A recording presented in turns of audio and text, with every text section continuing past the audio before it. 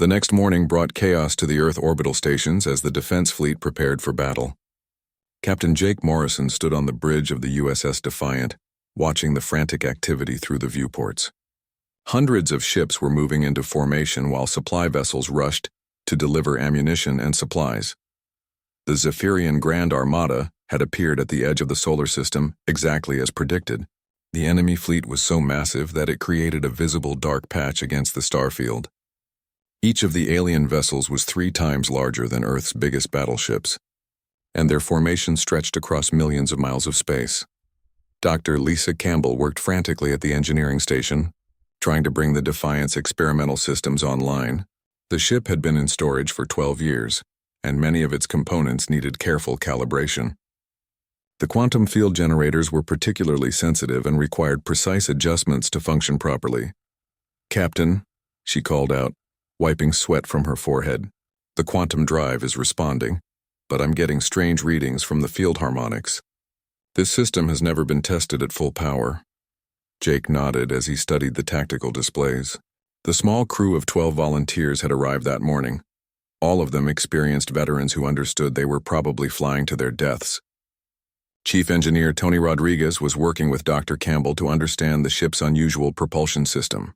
Weapons Officer Lieutenant Amy Foster was trying to figure out how to operate guns that worked on principles she had never seen before. The communication system crackled with a transmission from the Zephyrian fleet. The voice that spoke was cold and mechanical, translated by computer systems into human language. "Humans of the planet Earth," the voice announced, "I am Supreme Admiral Vextar of the Zephyrian Empire. Your species has been evaluated and found suitable for integration into our empire as a servant race. You have 24 hours to surrender your military forces and prepare for occupation. Resistance will result in the complete destruction of your planet." Admiral Karen Blake's response was broadcast on all frequencies so that every human in the solar system could hear it. "This is Admiral Blake of the Earth Defense Command. Earth does not surrender. Earth does not kneel. If you want our world, you'll have to take it from us." The transmission ended, and Jake knew that humanity had just declared war on an empire that had conquered over 100 star systems. The mathematics were simple and terrifying. Even if every human ship fought perfectly and destroyed 10 enemy vessels before being destroyed, Earth would still lose 6 hours later. The Zephyrian advance guard reached the orbit of Mars. The alien ships moved with perfect precision, their formations never wavering as they approached the inner solar system. Earth's defense fleet moved to intercept them, 800 human vessels against 5,000 alien warships. Jake watched the first battle through the tactical displays with growing horror. The human ships fought with desperate courage, their weapons blazing as they charged into the enemy formation. But the Zephyrian vessels had energy shields that absorbed most of the damage, while their return fire cut through human armor like paper. Within an hour, 200 Earth ships had been destroyed. The human fleet was forced to fall back toward Earth's orbit, fighting a running battle against overwhelming odds. Every minute brought news of more ships lost, more crews killed, more friends gone forever. "Captain," Lieutenant Amy Foster reported from the weapons station, "Admiral Blake is ordering all remaining ships to form a final defensive line around Earth. She wants us to join the formation." Dr. Campbell looked up from her work at the engineering station. "Captain, that would be a mistake. The Defiant's quantum systems create electromagnetic interference that could disrupt the other ship's electronics. We need to operate independently." Jake studied the tactical situation. The main fleet was being systematically destroyed by superior enemy firepower. Joining the defensive formation would mean the Defiant would be destroyed along with all the other ships without accomplishing anything useful. "Dr. Campbell," Jake said, "what exactly can this ship do that the others cannot?" The elderly scientist looked directly at him, her eyes bright with possibilities that others had called impossible. "Captain, the quantum field drive doesn't just move us through normal space. It can create localized distortions in spacetime itself. We can appear and disappear at will. We can move in ways that violate the normal laws of physics." Chief Engineer Tony Rodriguez looked up from his console with concern. "Doc, you're talking about bending reality. What happens if something goes wrong?" Dr. Campbell's expression grew serious. "If the quantum field collapses while we're using it, the ship and everyone aboard will be scattered across multiple dimensions. We would cease to exist in any meaningful way." The bridge fell silent as the crew absorbed this information. They were being asked to trust their lives to technology that could literally tear them apart at the atomic level. But outside, the Zephyrian Armada was approaching Earth's orbit, and conventional weapons had proven useless against their shields. Communications Officer Lieutenant Sam Parker suddenly looked up from his station with excitement. "Captain, I've been monitoring Zephyrian tactical transmissions. Their fleet coordination depends on maintaining precise geometric formations. The ships share shield energy between vessels, but only when they're in perfect alignment." Jake felt the first spark of hope he had experienced all day. "Are you saying their formation is also their weakness?" "Exactly, sir," Sam replied. "If their formation is disrupted, their shared shield system will create cascade failures. One ship losing shields could cause dozens of others to become vulnerable." Dr. Campbell smiled for the first time since the crisis began. "Captain, the quantum disruption array doesn't fire projectiles or energy beams. It creates rifts in space-time that can tear holes in reality itself. If we can position the ship correctly, we might be able to disrupt their formation in ways they've never encountered." Jake looked around at his small crew. 12 people in an untested ship against 50,000 enemy vessels. The odds were beyond hopeless, but sometimes the impossible was the only choice left. "All stations, prepare for combat operations," Jake announced. "Dr. Campbell, bring the quantum systems online. We're going to find out if your theories work in practice." The Defiant began to move away from the main Earth fleet, its unusual engines creating ripples in space that were visible to the naked eye. The ship accelerated toward the approaching Zephyrian Armada, a single small vessel challenging an enemy that had conquered most of the galaxy. As they approached the edge of the enemy formation, Jake gave the order that would either save Earth or destroy his ship and crew. "Activate quantum drive." Captain Jake Morrison sat in his small office staring at the transfer orders that had just arrived on his desk. After 25 years of service in the Earth Defense Fleet, he thought he had seen everything. The orders were simple but strange. He was being assigned to command a ship called the USS Defiant, a prototype vessel that had been sitting in the orbital shipyards for 12 years. Jake had heard whispers about the Defiant over the years. Most officers called it a waste of money and resources. The ship had been designed by Dr. Lisa Campbell, a brilliant engineer whose ideas about quantum field technology were considered too dangerous and impractical by the Earth Defense Council. The project had consumed billions of credits before being quietly shelved when conventional weapons proved more reliable in testing. The captain walked through the corridors of the orbital station toward Docking Bay 7, where the Defiant waited. As he approached the massive doors, Jake could see the ship through the observation windows. The Defiant looked different from other Earth warships. Where most vessels were built with sharp angles and heavy armor plating, the ship had smooth curves and a strange metallic surface that seemed to shimmer in the artificial light. Dr. Lisa Campbell was waiting for him at the airlock entrance. She was now 68 years old with gray hair and tired eyes, but Jake could still see the fire of determination that had driven her to create this unusual vessel. She had volunteered to come out of retirement to help activate the ship's systems one final time. "Captain Morrison," she said with a firm handshake, "I know what they told you about this ship. Most people think it's a failure, but I promise you that the Defiant has capabilities beyond anything in our current fleet." Jake nodded politely. He had read the technical reports, though much of the quantum physics was beyond his understanding. The ship's primary weapon system was called the Quantum Disruption Array, and its propulsion was based on something called a quantum field drive. The reports were full of warnings about untested technology and potential dangers to the crew. "Doctor, I'll be honest with you," Jake said. "I'm 3 months from retirement. This assignment feels like they're putting me out to pasture with a ship that doesn't work." Dr. Campbell smiled sadly. "Captain, I built this ship because I knew a day would come when Earth would face an enemy that conventional weapons couldn't defeat. That day is closer than anyone realizes." As if summoned by her words, alarms began blaring throughout the station. Jake's communication device crackled to life with an urgent message from Admiral Karen Blake at Defense Command Headquarters. "All senior officers report to the command center immediately. We have a situation." Jake and Dr. Campbell hurried through the station corridors to the main command center.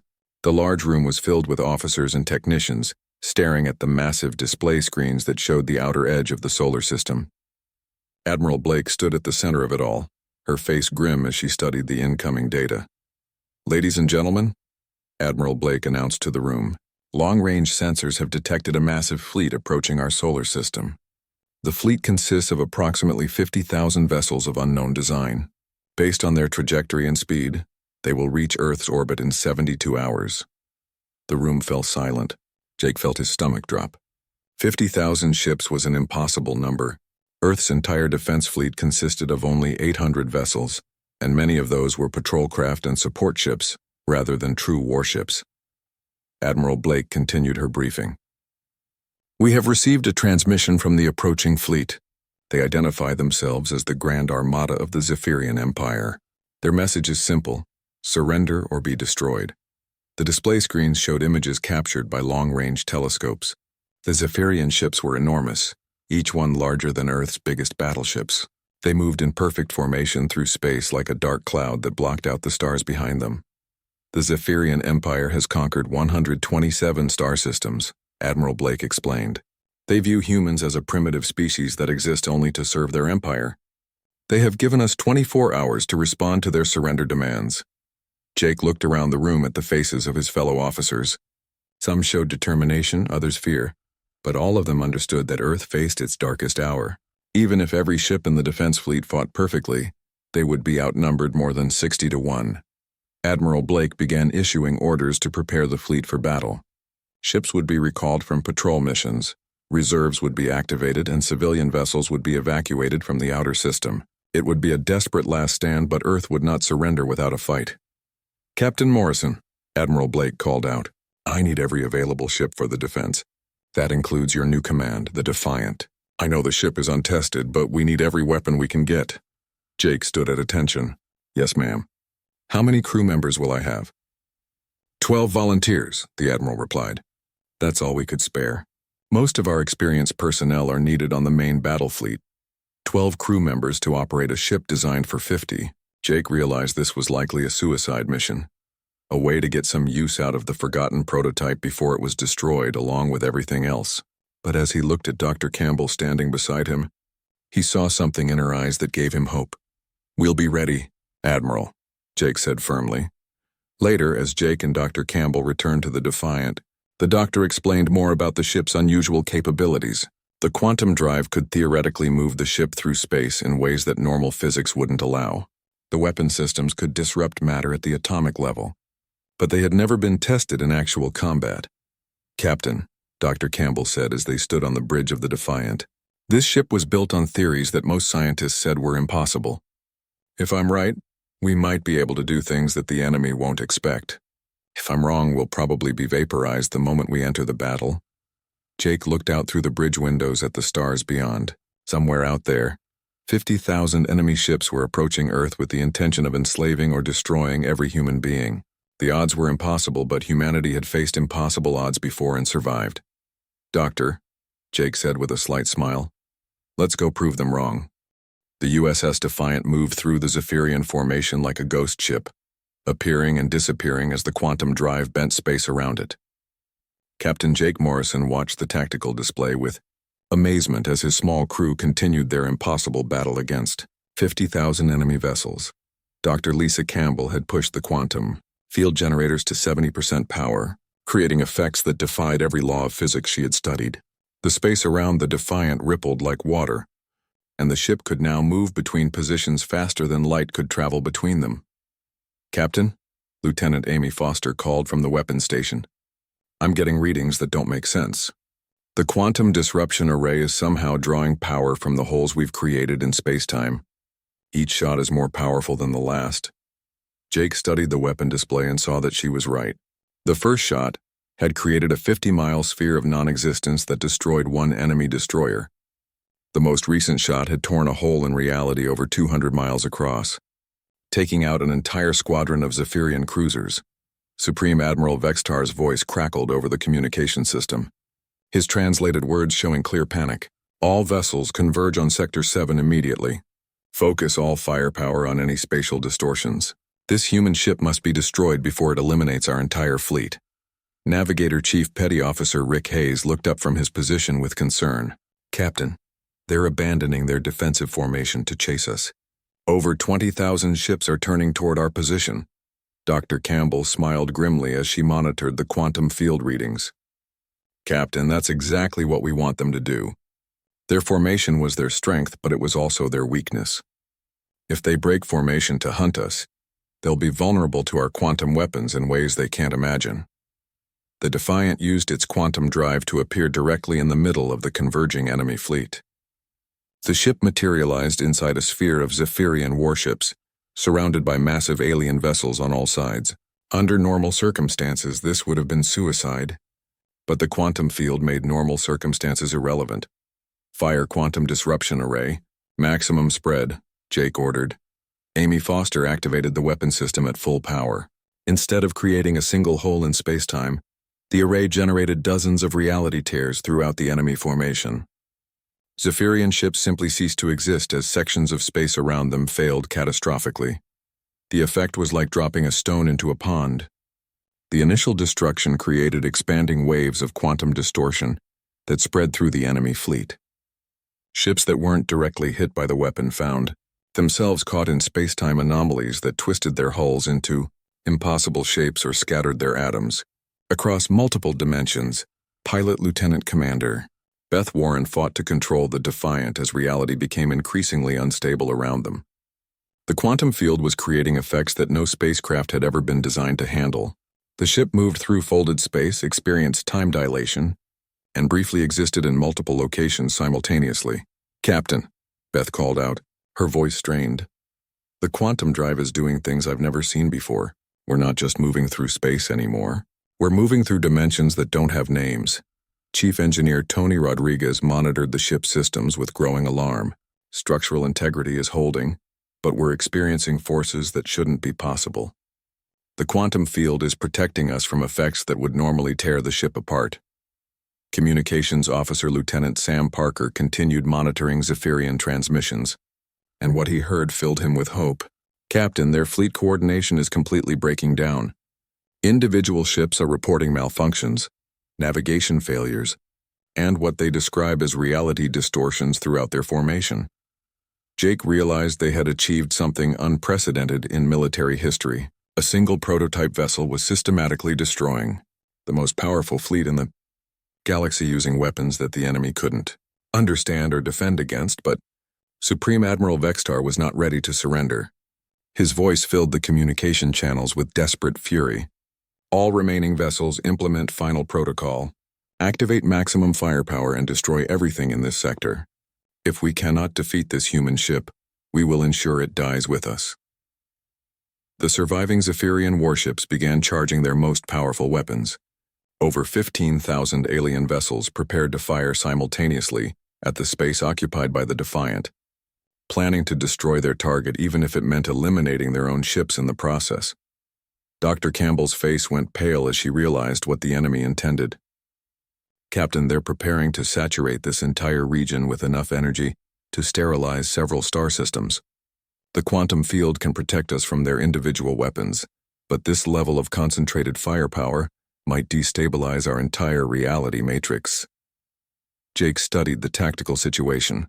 The Zephyrian fleet was willing to sacrifice itself to ensure Earth's destruction. Even if the Defiant survived their attack, enough enemy ships would remain to complete their mission against humanity's home world. "Dr. Campbell," Jake said quietly, "what happens if we push the quantum drive to maximum power? Not 70%. 100%. The elderly scientist looked directly at him, understanding immediately what he was asking. "Captain, at maximum power, the quantum field generators will create what we call a reality storm. Everything within several light years will be affected by uncontrolled spacetime distortions. Would it stop their fleet?" "It would do more than stop them," she replied. "It would erase them from existence so completely that they would never have existed at all. But the effect might also destroy Earth, the Sun, and everything else in this solar system." Tony Rodriguez looked up from his engineering station with determination. "Captain, we joined this mission knowing we probably wouldn't survive. If there's a chance to save Earth, even a small one, I say we take it." Jake looked around at his crew of 12 volunteers. These men and women had already accomplished the impossible by fighting 50,000 enemy ships and surviving. Now they faced a choice that would determine the fate of humanity itself. Lieutenant Amy Foster spoke first. "Sir, I volunteer to stay at my station and maintain weapons control during maximum quantum drive activation." One by one, the other crew members volunteered to remain at their posts. Navigator Rick Hayes, Communications Officer Sam Parker, Pilot Beth Warren, and all the others accepted that they might not survive the next few minutes. Dr. Campbell made final adjustments to the quantum field generators, preparing to push her life's work beyond all safe limits. "Captain, once we activate maximum power, there will be no way to shut down the system. The quantum field will continue, expanding until it either stabilizes naturally or tears." Part local spacetime, Jake took one last look at the tactical display showing Earth's remaining defense fleet falling back toward their home planet. Less than 300 human ships remained operational, facing over 15,000 Zephyrian vessels that were preparing to fire. "All stations, prepare for maximum quantum drive activation," Jake announced. "Dr. Campbell, initiate reality storm in 5 seconds." The countdown began, and Jake realized that the next few moments would determine whether humanity survived or ceased to exist.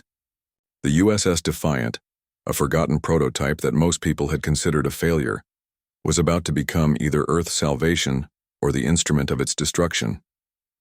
The USS Defiant shuddered as the quantum drive activated for the first time in 12 years.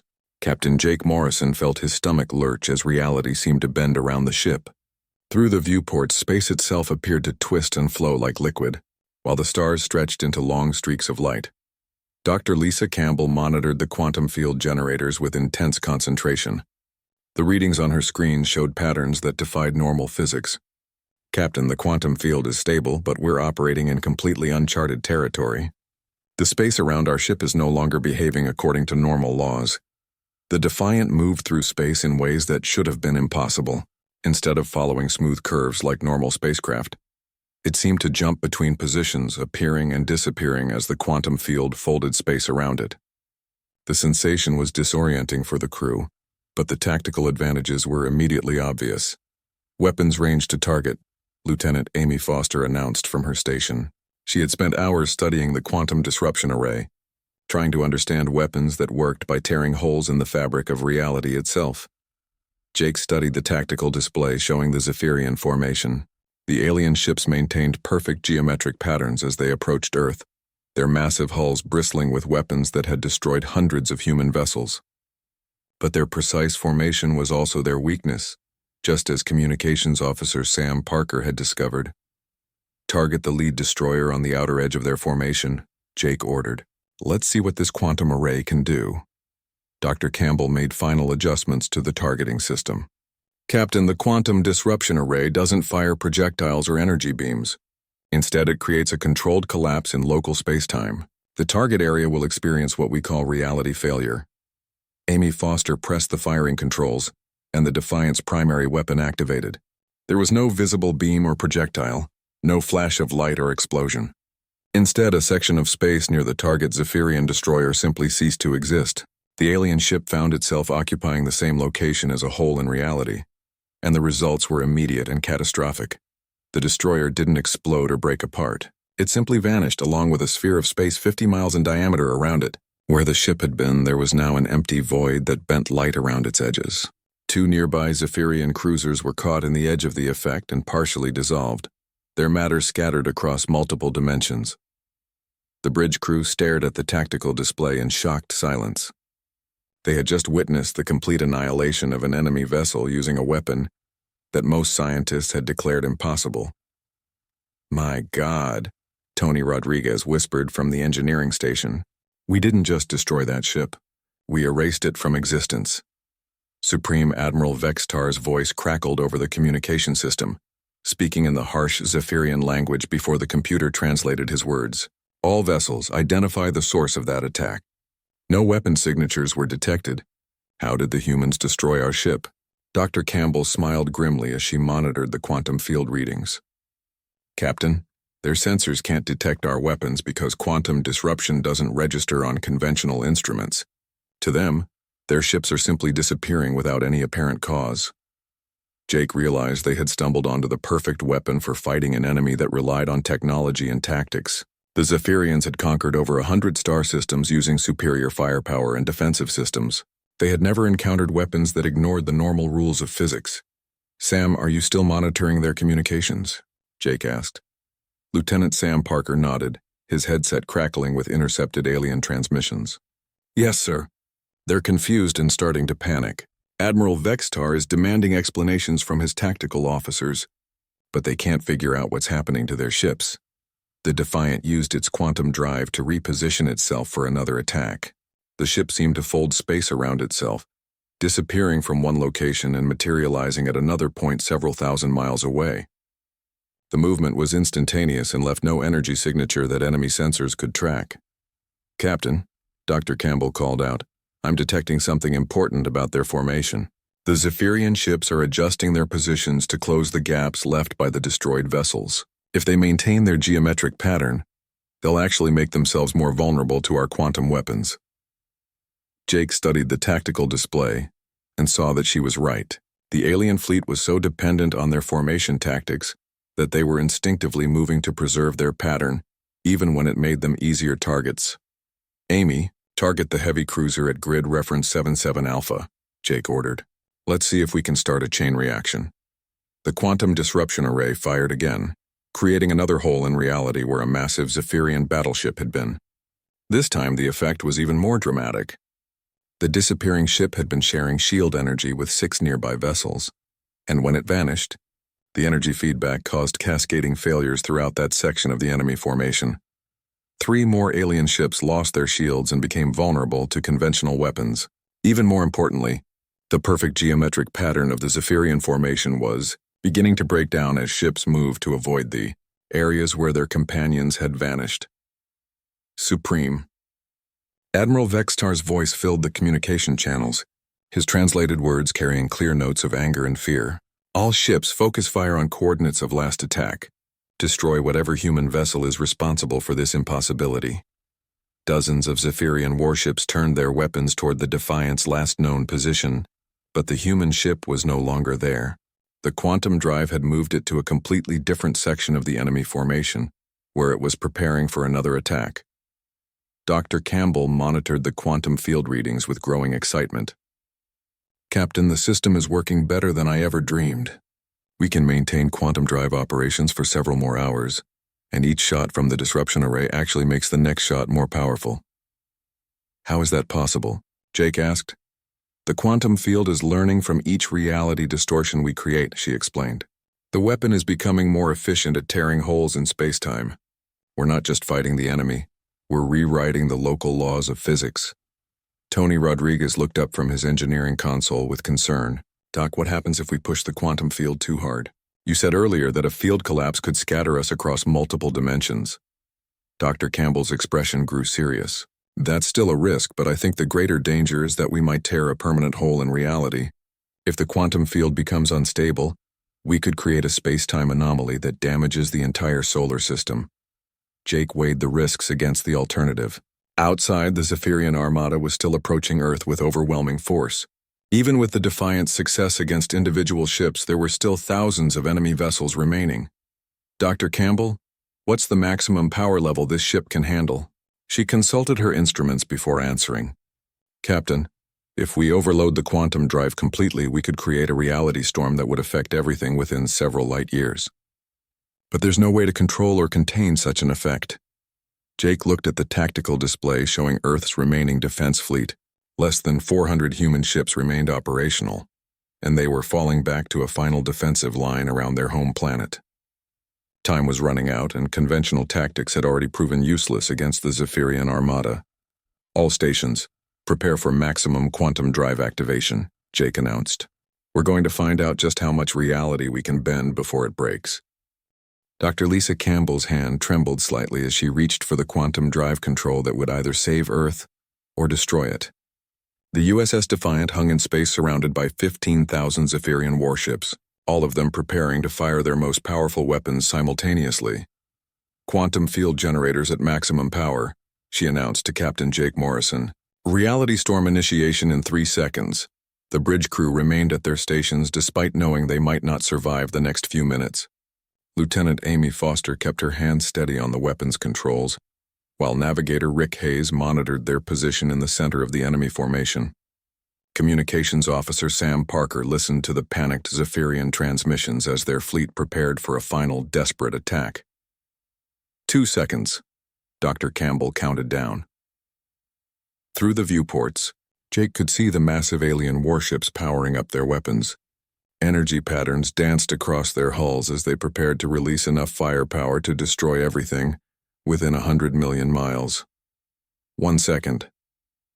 Jake thought about Earth, hanging defenseless in space with only a few hundred ships left to protect it. He thought about the billions of humans who would die if the Zephyrian fleet completed its mission. The choice was simple, even if the consequences were terrifying. Activate. Dr. Campbell pushed the quantum drive to full power, and reality exploded around the USS Defiant. The quantum field generators screamed as they channeled forces that had never been unleashed in normal space. The fabric of space-time began to tear and fold in ways that violated every law of physics. The Defiant became the center of a growing storm of quantum distortion. Space around the ship rippled like water, while time itself seemed to flow in different directions simultaneously. The crew experienced moments that lasted, hours and hours that passed in seconds as their perception of reality became completely unreliable. Chief Engineer Tony Rodriguez watched his instruments with amazement and terror. Captain, the quantum field is expanding exponentially. We're creating effects on a scale I never imagined possible. The reality storm spread outward from the Defiant at faster than light speed, engulfing the Zephyrian fleet in waves of space-time distortion. The alien ships found themselves caught in regions where the normal laws of physics no longer applied. Some vessels were stretched across multiple dimensions, while others found their matter converted directly into energy. Supreme Admiral Vextar's final transmission came through the communication system, his voice distorted by quantum effects. Impossible. This violates all known science. How can these primitive humans manipulate reality itself?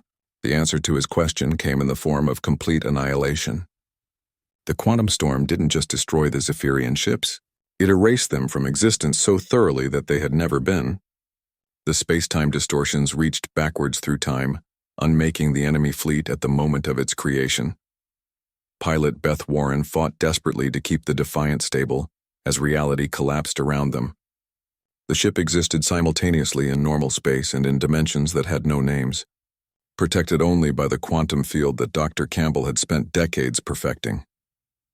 Hull integrity holding, Tony Rodriguez reported, though his readings showed forces that should have torn the ship apart. The quantum field is somehow protecting us from our own weapon. The storm continued to expand, reaching beyond the Zephyrian fleet toward the outer edges of the solar system. For a terrifying moment, Jake thought they had condemned Earth along with their enemies, but then Dr. Campbell's careful calculations proved correct. The quantum field began to stabilize, its expansion slowing as it encountered the natural boundaries of local space-time. Communications Officer Sam Parker suddenly looked up from his station with wonder. "Captain, I'm not detecting any Zephyrian transmissions. Not just silent. There are no traces that their fleet ever existed." Jake studied the tactical display with disbelief. Where 50,000 enemy warships had filled the space around Earth, there was now only empty vacuum dotted with quantum echoes. The most powerful fleet in galactic history had been completely erased from existence. Dr. Campbell monitored the quantum field readings as the reality storm finally began to dissipate. "Captain, the space-time distortions are stabilizing. The quantum field is returning to normal parameters." The USS Defiant found itself alone in space, surrounded by the slowly fading remnants of forces that had briefly rewritten the laws of physics. The ship's hull was undamaged, its crew alive, and Earth safe from the threat that had seemed unstoppable. Lieutenant Amy Foster broke the silence that had fallen over the bridge. "Sir, are we really the only ship left out here?" Jake activated the long-range sensors and confirmed what they all suspected. The Defiant was completely alone in the vast emptiness where the Zephyrian Armada had been. Not even debris remained to mark their passage. "Open a channel to Earth Defense Command," Jake ordered. Admiral Karen Blake's voice came through the communication system, filled with confusion and hope. "Captain Morrison, our sensors show some kind of massive energy release in your sector. What is your status?" Jake looked around at his crew of 12 volunteers who had just accomplished the impossible. They had taken a prototype ship that most people considered a failure and used it to save humanity from complete destruction. "Admiral Blake, this is Captain Morrison aboard the USS Defiant," he replied. "Mission accomplished. The Zephyrian Grand Armada has been neutralized, returning to base for repairs and a very long explanation." The communication channel fell silent for several seconds before Admiral Blake responded. "Captain, are you telling me that you destroyed 50,000 enemy ships with a single vessel?" Dr. Campbell smiled as she began shutting down the quantum field generators. "Admiral, we didn't destroy them. We erased them from existence. There's a difference." As the Defiant began its journey back to Earth, news of their impossible victory spread throughout human space. The prototype ship that had been forgotten in storage for 12 years had single-handedly defeated the most powerful military force in the galaxy. But the victory came with consequences that extended far beyond Earth's solar system. The Zephyrian Empire, which had ruled over 127 star systems, suddenly found itself without a military force. Their homeworlds received automated messages, reporting that the Grand Armada had simply vanished without explanation. Other alien civilizations throughout the galaxy began receiving reports of the impossible battle. A primitive species called humans had somehow eliminated the Zephyrian fleet, using technology that defied all known science. Species that had planned to exploit Earth's apparent weakness suddenly found themselves reconsidering their positions. Dr. Campbell spent the journey back to Earth writing detailed reports about the quantum drive technology. Her theories, which had been dismissed as impractical for over a decade, were now proven beyond doubt. Earth's military leaders realized they possessed the most powerful weapon in galactic history. Captain Jake Morrison looked out at the stars during the long trip home and realized that everything had changed. Humanity was no longer a weak species hiding on the edge of known space. They had proven that human ingenuity and determination could overcome any odds, no matter how impossible they seemed. The USS Defiant had become more than just a prototype warship. It was proof that sometimes the ideas that seem most impossible are exactly the ones that can change the course of history. Earth would never again face its enemies as the underdog, because one forgotten ship and its crew of 12 had rewritten the rules of warfare itself. As they approached Earth's orbital stations, Jake received a personal message from Admiral Blake, informing him of his promotion to Admiral and assignment to command Earth's new quantum fleet. The age of human expansion into the galaxy was about to begin, and it would all start with the ship that everyone had forgotten.